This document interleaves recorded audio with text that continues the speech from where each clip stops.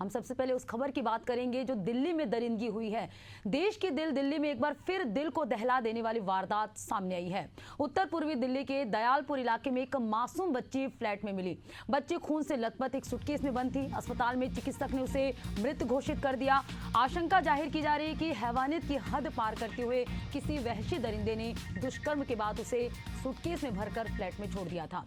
परिजनों के मुताबिक मासूम रिश्तेदार को बर्फ देने के लिए निकली थी, लेकिन घंटों तक वापस नहीं आई, जिसके बाद उसकी तलाश शुरू की गई। घटना ने एक बार फिर दिल्ली में रहने वालों को दहशत से भर दिया है। पुलिस का दावा है कि जल्द ही इस मामले का खुलासा करते हुए आरोपी की गिरफ्तारी कर लिया जाएगा। आरोपी की तलाश के लिए 6 टीमें बनाई गई है। तो एक बार फिर दिल्ली में दरिंदगी हुई है, दहल उठा है दिल्ली। इस घटना के बाद हैवानियत की हद पार हुई है यहाँ। तो दिल्ली में एक बार फिर दरिंदगी का मामला सामने आया है। इस बार एक 9 साल की मासूम बच्ची के साथ दिल्ली में दरिंदगी हुई है।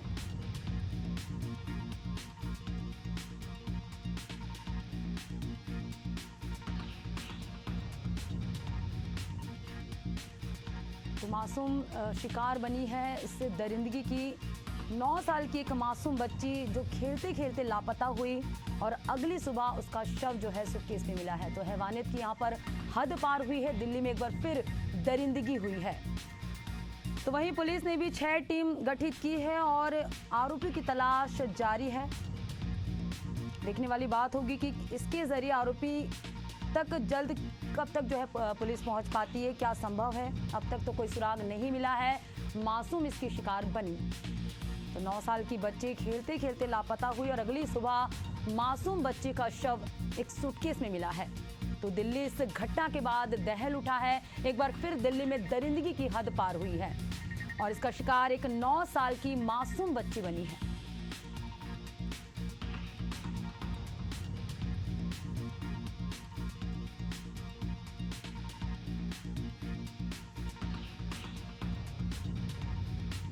तो उत्तर पूर्वी दिल्ली नेहरू विहार की ये घटना है, जहां पर बच्ची पिछले शनिवार रात से लापता थी। सुबह उसका शव एक फ्लैट की अलमारी में बंद सूटकेस में मिला और पहला मेडिकल एनालिसिस बताता है कि बच्ची के साथ यौन शोषण हुआ। दरिंदगी की हद यहां पर पार की गई और हत्या भी कर दी गई बच्ची की। पुलिस ने भी एफआईआर पॉस्को एक्ट और आईपीसी की हत्या की धाराओं के अंतर्गत दर्ज की और 6 टीम गठित कर आरोपी की तलाश कर रही है।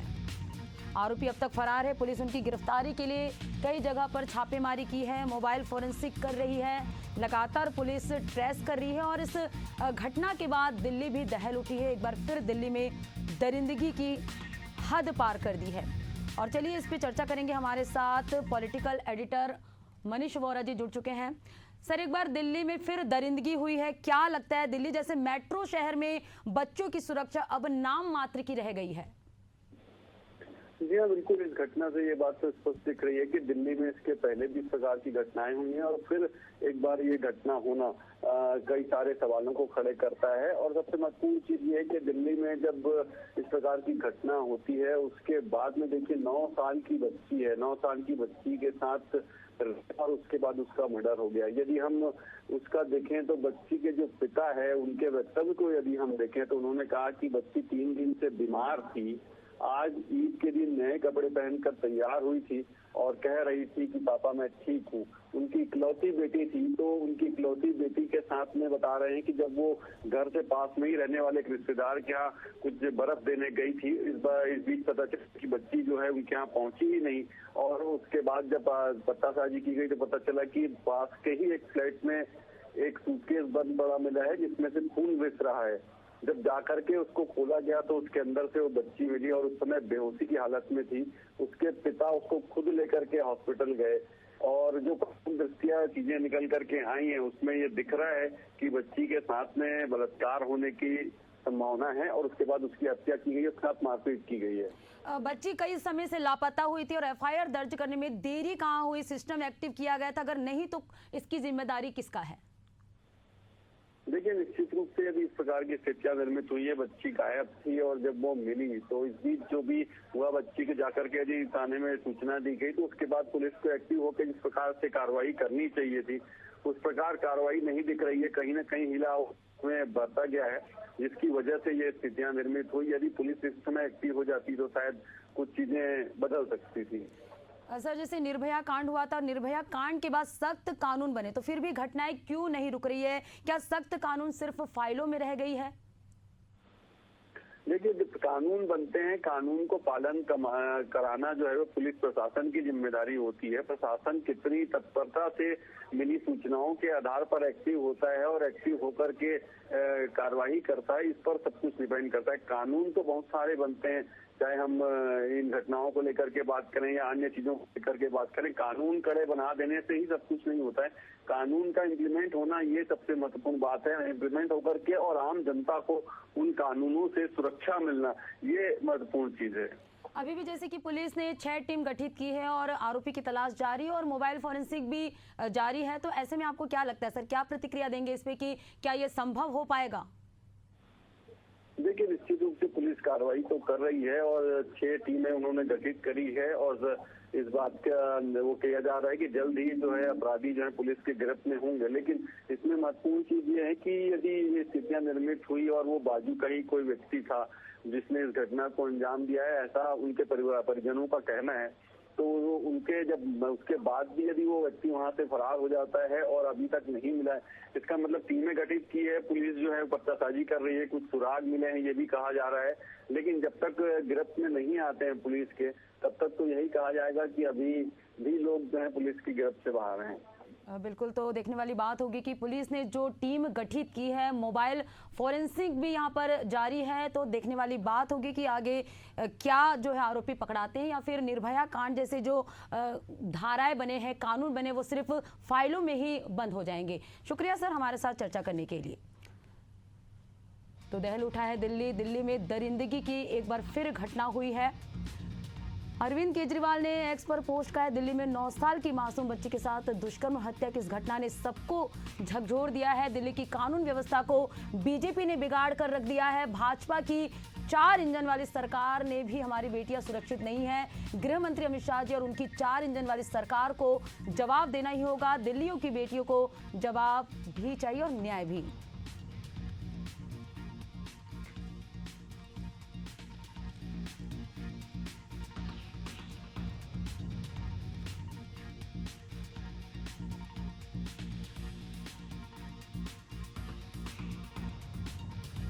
और चलिए हमारे साथ चर्चा करने के लिए आप पार्टी प्रवक्ता घनेंद्र भारद्वाज जी जुड़ चुके हैं। सर, एक बार फिर दिल्ली में दरिंदगी की हद पार हुई है। एक 9 साल की मासूम बच्ची इस बार शिकार हुई है। देखिए, इस तरीके की घटनाएं जो होती हैं उनसे तो बिल्कुल रूह कांप उठती है। इस समय इतना दुख हो रहा है कि दिल्ली के अंदर एक 9 साल की बच्ची के साथ न सिर्फ दुष्कर्म हुआ बल्कि उसकी हत्या भी कर दी गई और अभी तक कातिल जो है पुलिस के हाथों से बाहर है। और दिल्ली में क्योंकि 4 इंजन की सरकार है, दिल्ली की कानून व्यवस्था की जिम्मेदारी सीधा सीधा भारतीय जनता पार्टी के होम मिनिस्टर के पास है, देश के होम मिनिस्टर के पास है। दिल्ली पुलिस की डायरेक्ट रिपोर्टिंग जो है अमित शाह साहब को है। और अमित शाह साहब जब से देश के गृह मंत्री बने तब से दिल्ली के अंदर लॉ एंड ऑर्डर की बुरी हालत है। आज तो ये घटना तो बहुत ही दिल को झकझोर देने वाली घटना है, लेकिन दिल्ली के अंदर robbery, chain snatching, murder, kidnapping, extortion, ये तो ऐसा लग रहा है कि आम बात हो गई है। दिल्ली ऐसा लगता है कि क्रिमिनल की कैपिटल बन चुकी है। दिल्ली एक तरीके से रेप कैपिटल बन चुकी है, क्राइम कैपिटल बन चुकी है। लेकिन दिल्ली की मुख्यमंत्री चुप है। और बहुत दुख इस बात का होता है कि जब दिल्ली में एक महिला मुख्यमंत्री, अगर महिला मुख्यमंत्री भी बेटियों का दर्द नहीं समझेगी तो आप समझ सकते हैं कि फिर कौन समझेगा। अभी तक महिला मुख्यमंत्री की तरफ से कोई एक मतलब निंदा भी नहीं आई। उन्होंने ये भी नहीं कहा कि होम मिनिस्टर से बात करेंगे, दिल्ली के पुलिस कमिश्नर से बात करेगी।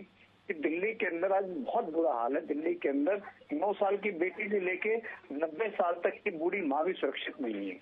और दिल्ली के लॉ एंड ऑर्डर को संभालने की जिम्मेदारी जिन लोगों की है वो लोग कुछ नहीं कर रहे।